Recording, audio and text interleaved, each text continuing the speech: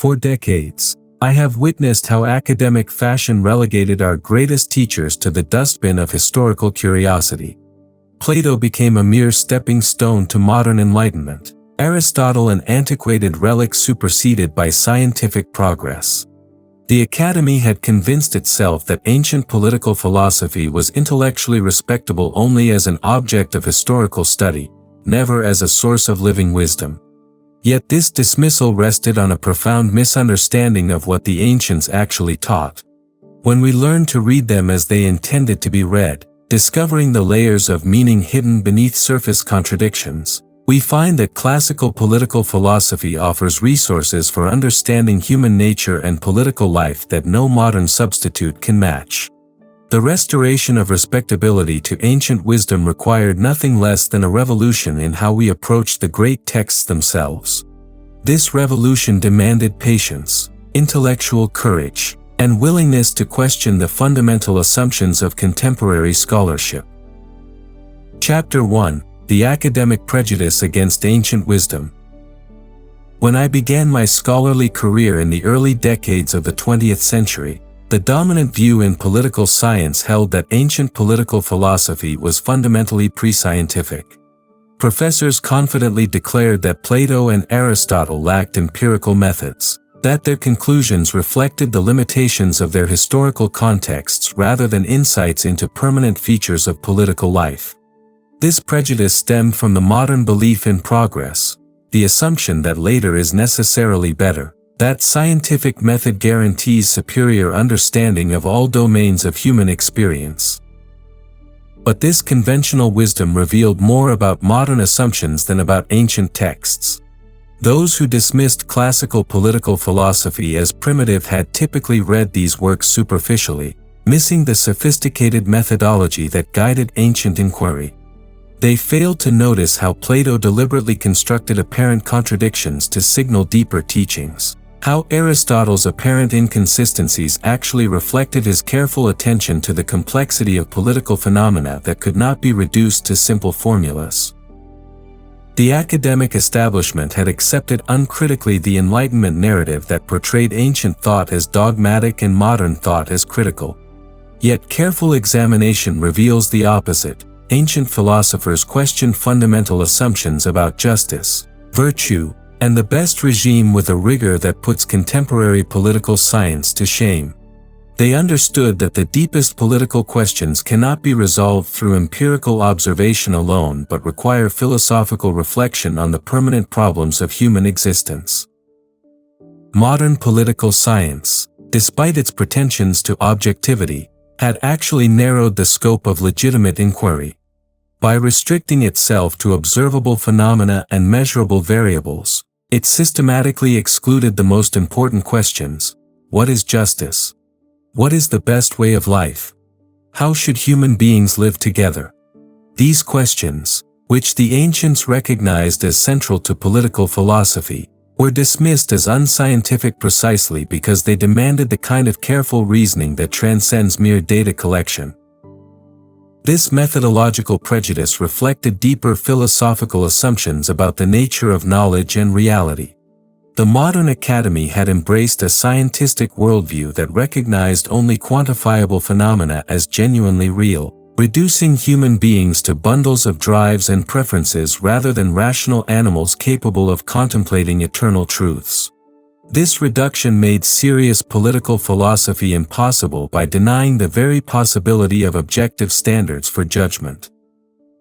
The irony of this situation became apparent to anyone willing to examine it carefully. While claiming to have surpassed ancient naivety through scientific sophistication, modern political science had actually regressed to a more primitive understanding of political life. Where the ancients recognized the complexity of human nature and the difficulty of political judgment, moderns sought mechanical solutions to problems that required practical wisdom. Chapter 2: Recovering the Art of Careful Reading. The first step in restoring respectability to classical political philosophy required teaching scholars how to read ancient texts properly. Most modern interpreters approached Plato and Aristotle with the same methods they used for contemporary authors: assuming that these thinkers wrote straightforwardly and expected to be understood literally. This naive approach missed the deliberate artistry with which ancient philosophers composed their works, treating symptoms of sophisticated design as evidence of primitive confusion. In Persecution and the Art of Writing, I demonstrated how great thinkers throughout history developed sophisticated techniques for communicating dangerous truths while protecting themselves from persecution. Philosophers who challenged conventional opinions about gods, laws, or political arrangements could not simply state their conclusions directly without risking exile, imprisonment, or death. Instead, they learned to write esoterically, presenting acceptable teachings on the surface while signaling their true positions through carefully placed contradictions, logical problems, and textual anomalies that only careful readers would notice. This discovery revolutionized the study of ancient texts by revealing that apparent flaws in philosophical arguments often served as deliberate signals to thoughtful readers. Suddenly, inconsistencies in Plato's argumentation appeared as invitations to deeper inquiry rather than evidence of intellectual confusion. Aristotle's seemingly contradictory statements revealed themselves as responses to different audiences and different levels of inquiry, each appropriate to its intended recipients. The art of esoteric writing required an equally sophisticated art of esoteric reading. Students had to learn patience, attending to details that casual readers ignored. They needed to notice when authors contradicted themselves, when they attributed implausible views to dramatic characters, when they structured arguments in ways that undermined their apparent conclusions. This hermeneutical approach demanded intellectual virtues that modern scholarship had largely abandoned: careful attention to textual detail, sensitivity to authorial intention, and willingness to question initial impressions. The implications of this discovery extended far beyond ancient studies. If great philosophers had written esoterically to protect dangerous truths, then the entire tradition of Western thought required re-examination. Works that scholars had interpreted as straightforward presentations of doctrine might contain hidden teachings accessible only to readers sophisticated enough to recognize the signs of esoteric communication. Once scholars began reading ancient texts with appropriate sophistication, the alleged superiority of modern political thought became questionable. Ancient philosophers revealed themselves as subtle analysts of human nature who understood political phenomena with a depth that empirical methods alone could never achieve. Their apparent simplicity concealed methodological sophistication that surpassed anything in contemporary social science. This hermeneutical revolution also exposed the poverty of historicist approaches to ancient texts. Scholars who reduced classical arguments to products of historical circumstances had missed the timeless insights hidden beneath temporal appearances. By learning to read esoterically, students gained access to philosophical wisdom that transcended the limitations of any particular historical moment. Chapter 3: Exposing the Limitations of Historical Relativism. The academic prejudice against ancient wisdom rested heavily on historicist assumptions about the relativity of all thought to its cultural context. According to this view, which dominated universities throughout much of the 20th century, Plato's conception of justice merely reflected the values of ancient Athens, while Aristotle's political theory could only be understood as a product of Greek social arrangements. Since historical circumstances change, ancient insights allegedly lost their relevance for contemporary problems, becoming objects of historical curiosity rather than sources of living wisdom. But consider carefully whether this historicist position can withstand critical examination. If all ideas are relative to their historical contexts, then historicism itself, being a product of modern European thought, cannot claim universal validity. The thesis that all truth is historically conditioned must apply to itself, thereby undermining its own pretensions to objective knowledge. Historicists found themselves trapped in a performative contradiction that destroyed the possibility of genuine knowledge about anything, ancient or modern. Moreover, the historicist interpretation of ancient texts demonstrated remarkable selectivity in its application. When Plato analyzed the psychology of tyranny or Aristotle examined the causes of political decay, these insights were dismissed as historically conditioned products of Greek experience. Yet when these same thinkers anticipated modern scientific discoveries or expressed democratic sentiments, scholars celebrated their prescience and universal relevance. This inconsistency revealed that historicism served ideological rather than scholarly purposes, protecting modern prejudices rather than advancing genuine understanding. The classical alternative to historicism recognized that human nature contains permanent features that transcend historical change. While political arrangements vary across time and place, reflecting different circumstances and different levels of human development, the fundamental alternatives for organizing human life remain constant. Plato's analysis of justice addresses questions that every political community must confront, while Aristotle's investigation of constitutional forms examines possibilities that remain available to contemporary societies. The historicist reduction of ancient thought to historical artifact also ignored the possibility that earlier thinkers might have understood certain things better than later ones. The assumption that intellectual progress necessarily accompanies temporal succession prevented scholars from seriously considering whether ancient insights might correct modern errors. This temporal chauvinism blinded contemporary academics to the possibility that their own historical moment might be characterized by decline rather than progress.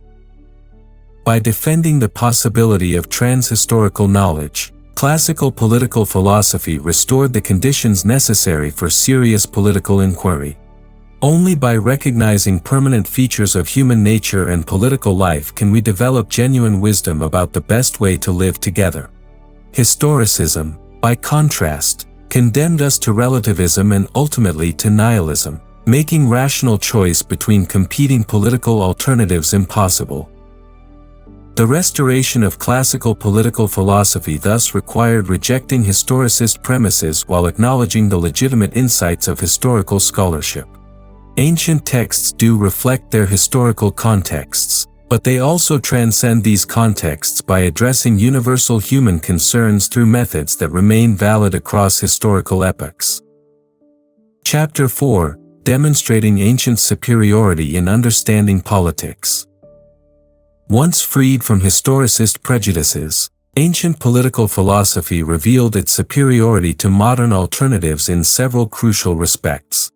Where modern political science fragmented political life into specialized subdisciplines, economics, sociology, psychology, public administration, the ancients understood politics as a comprehensive inquiry into the best way of life for human beings. They recognized that political questions cannot be separated from moral questions, that constitutional arrangements reflect and shape the character of citizens, and that genuine political science must address the whole human being rather than artificially isolated aspects of human behavior. Plato's Republic demonstrated this comprehensive approach by showing how political justice mirrors and depends upon psychological justice. His investigation of the ideal city served not as a utopian blueprint for practical implementation but as a tool for understanding the relationship between different parts of the soul and different classes of citizens. Modern readers who interpreted the Republic as practical political prescription missed its primarily educational purpose, teaching careful analysis of the conditions required for human flourishing in both individual and communal life. Similarly, Aristotle's Politics revealed itself as far more sophisticated than contemporary comparative government when read with appropriate attention to its methodological assumptions. While modern political scientists accumulated data about different political systems without developing criteria for evaluation, Aristotle began with careful analysis of human nature and proceeded to examine which constitutional arrangements best promoted human excellence. His classification of regimes provided not merely descriptive categories but normative standards for political judgment. Ancient political philosophy also demonstrated superior understanding of the relationship between theoretical knowledge and practical wisdom. Where modern social science assumed that empirical research would automatically generate useful guidance for political actors, The ancients recognized that practical wisdom required different intellectual virtues from those needed for theoretical contemplation. They understood that political leaders needed prudence, the ability to deliberate well about particular circumstances, rather than abstract scientific knowledge divorced from concrete human experience. This classical insight explains why contemporary political science, despite its methodological sophistication, has contributed so little to actual political improvement. By misunderstanding the relationship between knowledge and practice, modern scholars produced research that satisfied academic criteria for rigor while remaining irrelevant to the concrete challenges facing political communities.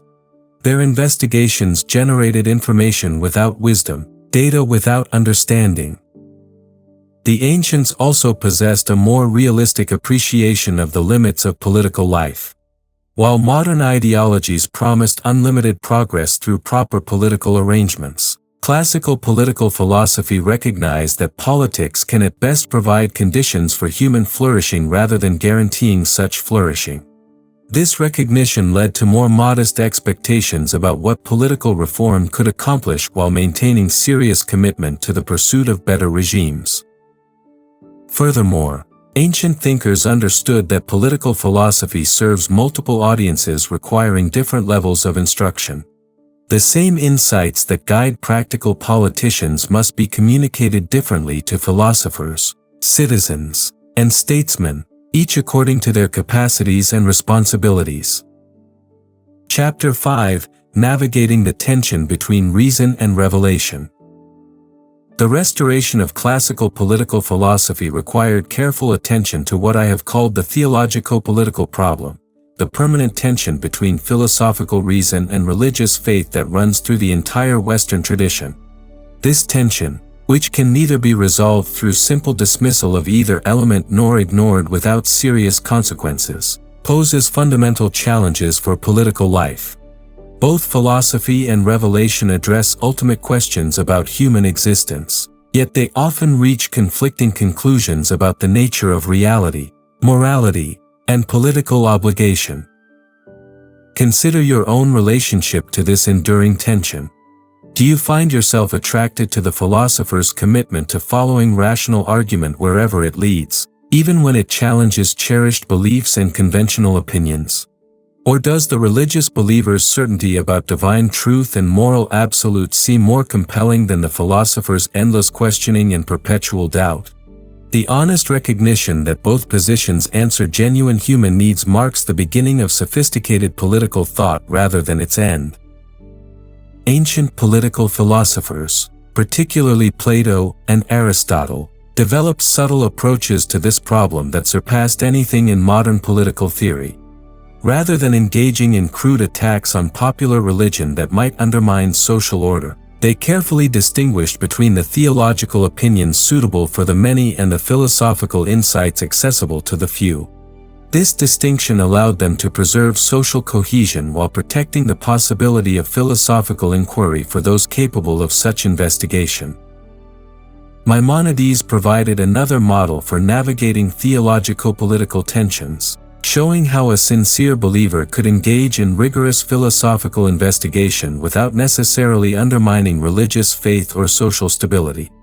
His demonstration that reason and revelation, properly understood, need not conflict offered resources for contemporary thinkers struggling with similar challenges. The Guide for the Perplexed illustrated how philosophical sophistication could deepen rather than destroy religious understanding. Modern political thought, by contrast, had largely abandoned serious engagement with religious questions, assuming that secularization would resolve theologico-political tensions through the privatization of faith and the relegation of religious concerns to the private sphere. Yet this strategy proved naive, as religious concerns continued to shape political life in ways that purely secular theories could neither predict nor adequately address. The classical tradition's more sophisticated approach to these permanent tensions offered superior guidance for contemporary political challenges. The theologico-political problem also illuminated limitations in purely rational approaches to political life. While philosophy excels at critical analysis and conceptual clarification, it may lack resources for inspiring the kind of devotion and sacrifice that political communities require for survival. Religion provides meanings and purposes that pure reason cannot supply, yet religious certainty may conflict with the open inquiry that philosophy demands. Chapter 6: The Art of Prudent Communication. The restoration of classical political philosophy's respectability required addressing a challenge that modern academics had largely ignored: how should philosophers communicate potentially dangerous truths to different audiences? This question, which I explored throughout my career, reveals a fundamental difference between ancient and modern approaches to political knowledge.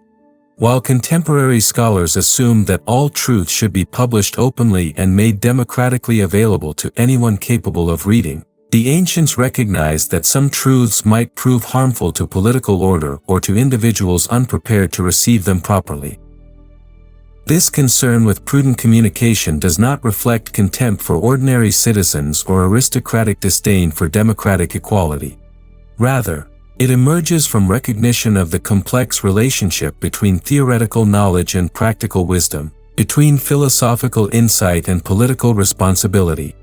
Consider whether all philosophical conclusions should be taught to everyone regardless of their preparation, character, or social position. Can the philosophical demonstration that conventional moral opinions rest on uncertain foundations be safely communicated to those who depend on these opinions for guidance in daily life and social cooperation? The ancients suspected that unrestricted communication of philosophical insights might undermine the social bonds necessary for political community without providing adequate replacements. Citizens who lose faith in traditional moral and religious teachings may become incapable of the civic virtue that republics require, yet they may lack the philosophical sophistication necessary for developing rational alternatives to conventional guidance. This situation creates what we might call the problem of the dangerous interim, the period between the destruction of old beliefs and the establishment of new wisdom. Plato illustrated this concern through the image of the cave in the Republic. The philosopher who discovers the illusory character of conventional opinions cannot simply announce this discovery to fellow citizens still chained to the cave wall. Direct communication would likely provoke anger and violence rather than enlightenment, endangering both the philosopher and the potential students he hopes to educate. Instead, the philosopher must develop indirect methods of education appropriate to different natures and different levels of preparation. This classical insight challenges modern assumptions about academic freedom and democratic education that dominate contemporary universities. While current institutions operate on the principle that unrestricted inquiry and open publication automatically benefit society, the ancients recognized that the relationship between knowledge and political health requires more careful consideration. Some truths might need to be communicated cautiously, to carefully selected audiences, through methods that protect both philosophy and politics from mutual destruction. The art of writing practiced by great philosophers reflected this prudential concern. By developing sophisticated techniques for communicating esoterically, they preserved dangerous insights for future generations of careful readers while avoiding immediate persecution by religious or political authorities. This approach demonstrated intellectual responsibility rather than moral cowardice, protecting both the possibility of philosophical inquiry and the stability of political communities that philosophy ultimately serves. Chapter 7: The Path Forward Through Great Books. The ultimate justification for restoring respectability to classical political philosophy lies not in academic fashion or scholarly prestige but in the fundamental human need for wisdom about the deepest questions of existence. Contemporary political science, despite its methodological sophistication and empirical precision, has largely abandoned the pursuit of wisdom in favor of specialized expertise about narrow technical problems. This narrowing of intellectual ambition leaves the most important human concerns without adequate scholarly attention, creating a dangerous gap between academic knowledge and human needs. Classical political philosophy offers an alternative approach that addresses human beings as complete entities rather than mere collections of measurable variables or bundles of preferences. When we read Plato's Republic with appropriate care and sophistication, we encounter not merely historical artifacts or curiosities from an ancient culture, but living investigations into the nature of justice, the possibility of knowledge, and the relationship between individual fulfillment and political community. These investigations remain relevant because they address permanent features of human existence that transcend historical change. The path forward requires commitment to what I have called liberal education, the careful study of great books that have shaped our intellectual tradition and continue to offer resources for understanding contemporary challenges. This education cannot be achieved through survey courses that cover vast amounts of material superficially, or through textbook summaries that reduce complex arguments to simplified formulas. Instead, it demands patient engagement with primary texts using hermeneutical methods appropriate to their complexity and sophistication. Students must learn to read slowly and carefully, attending to details that casual readers miss, questioning apparent inconsistencies that may signal deeper teachings, and discovering the careful artistry with which great thinkers composed their works. This kind of reading requires intellectual virtues that our culture of speed and instant gratification actively discourages: patience, humility, attention to detail, and willingness to revise initial impressions when confronted with contrary evidence. Such education serves multiple purposes simultaneously. It cultivates intellectual virtues, precision, patience, critical thinking, hermeneutical sophistication, that prove valuable in any domain of human activity. It provides historical perspective on contemporary problems by revealing how great minds addressed similar challenges under different circumstances. Most importantly, it offers models of serious inquiry into fundamental questions that scientific method alone cannot resolve. The study of classical political philosophy also contributes to character formation in ways that purely technical education cannot match. Students who seriously engage with Aristotle's Nicomachean Ethics or Plato's dialogues find themselves challenged to examine their own assumptions about the best way of life, the nature of virtue, and the relationship between individual excellence and political responsibility. This examination, conducted in conversation with the greatest minds of our tradition, offers the most reliable path to practical wisdom and genuine human flourishing. Conclusion.